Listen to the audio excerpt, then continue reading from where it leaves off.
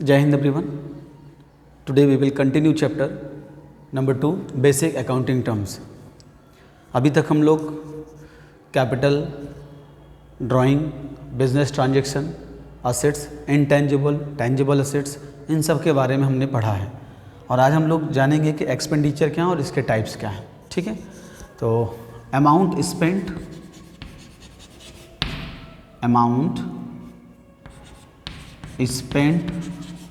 या तो हमने खर्चा कर दिया है, पेमेंट कर दिया है या फ्यूचर में पेमेंट करेंगे, और लायबिलिटी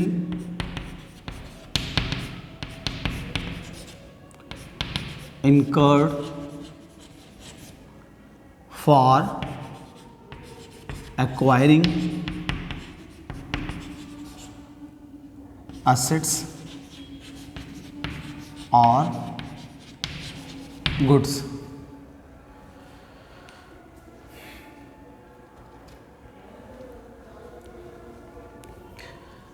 तो इसका मतलब ये कि वे खर्चे जो हम या तो स्पेंड कर दिए हैं, पेमेंट कर चुके हैं, या फिर फ्यूचर में पेमेंट करना है, हमको लायबिलिटी है जो फ्यूचर पेमेंट करना है। किसके लिए? परचेजिंग असेट्स और गुड्स। कोई भी असेट्स हम खरीद रहे हैं या गुड्स परचेज कर रहे हैं तो उसको हम परचेज करने के बाद पेमेंट कर चुके हैं या पेमेंट फ्यूचर में करेंगे, यानी कि क्रेडिट में लिया गया है, तो उसको हम लोग एक्सपेंडिचर बोलते हैं। ठीक है, तो एक्सपेंडिचर को मेजरली दो टाइप्स में बांटा गया है। पहला, first,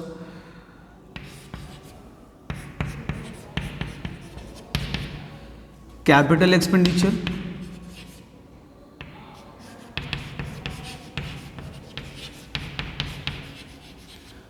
and second, revenue expenditure. Revenue expenditure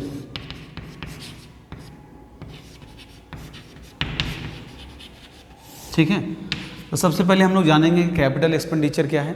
यहाँ दो बातें हैं, एक तो असेट्स है और दूसरा गुड्स है। जब बिजनेस या फर्म के द्वारा कोई भी असेट्स परचेज किया जाएगा तो वह आपका कैपिटल एक्सपेंडिचर कहा जाएगा। क्या कहा जाएगा? कैपिटल एक्सपेंडिचर कहा जाएगा। या हम कह सकते हैं जो एक साल से अधिक समय तक के लिए जो भी इसका बेनिफिट हम लोग, इसका बेनिफिट मोर देन 1 ईयर होता है। मतलब अगर आप इसे परचेज करते हैं, चाहे वो लैंड, बिल्डिंग, मशीनरी, फर्नीचर, ऐसा तो है नहीं है कि वो आपने खरीदा तो 2 महीने 3 महीने यूज करते हैं। मोर देन 1 ईयर, एक साल से अधिक समय तक, 4 साल, 5 साल, 10 साल, इस तरीके से मशीन या फर्नीचर चलते हैं। तो इसका बेनिफिट हम लोग कैपिटल एक्सपेंडिचर क्या करते हैं? लॉन्ग टर्म में करते हैं। इसमें हम लोग क्या क्या परचेज करते हैं? Purchase of assets. तो यहाँ मैंने दो बातें लिखा है, एक तो असेट्स लिखा है, दूसरा गुड्स है। तो जब भी हम लोग असेट्स खरीदते हैं तो वो हमारा कैपिटल एक्सपेंडिचर हो, जिसमें हमने असेट्स में क्या आपका लैंड, बिल्डिंग, मशीनरी, फर्नीचर, ये सब चीज़ें आ जाते हैं। ठीक है, दूसरा बात हम लोग करेंगे रेवेन्यू एक्सपेंडिचर का। तो रेवेन्यू एक्सपेंडिचर मतलब होता है जिसका बेनिफिट हम लोग 1 साल से अंदर ही ले पाते हैं, और इसमें हम लोग क्या परचेज करते हैं? परचेज ऑफ गुड्स और सर्विसेज। या तो हम कोई परचेज करें या स्पेंड करें जिस खर्चे पर, तो या तो हम गुड्स परचेज करें या फिर सर्विस लें, तो उसके लिए जो हम लोग पेमेंट करते हैं वो हमारे लिए क्या कहा जाएगा? रेवेन्यू एक्सपेंडिचर कहा जाएगा। इसका बेनिफिट जो होता है, आप लोग benefit less than 1 year. For example के तौर पे अगर हम समझाना चाहें तो गुड्स आपने जो परचेज किया है तो ज़्यादा से ज़्यादा 2 या 3 महीने में आप उसे सेल कर देते हैं।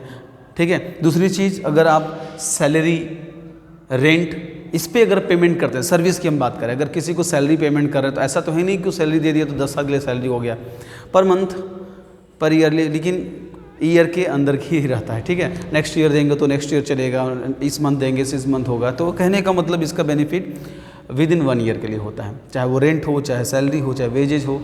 ठीक है, और कैपिटल, तो कहने का मतलब ये है कि एक्सपेंडिचर को 2 मेजर पॉइंट्स में डिवाइड किया, एक तो कैपिटल एक्सपेंडिचर है, दूसरा रेवेन्यू एक्सपेंडिचर। कैपिटल एक्सपेंडिचर में इसको जब हम लोग परचेज करते हैं और स्पेंड करते हैं असेट्स खरीदने के लिए, और यहाँ पर गुड्स परचेज करने के लिए जो स्पेंड करते हैं वो हम लोग रेवेन्यू एक्सपेंडिचर का ज़्यादा, ठीक है। तो ये मीनिंग और प्लस ये दोनों कैटेगरी आप तैयार रखेंगे, ठीक है। नेक्स्ट क्लास में हम आपको इसके बाद की चीज़ें पढ़ाएंगे, ठीक है। Thank you so much.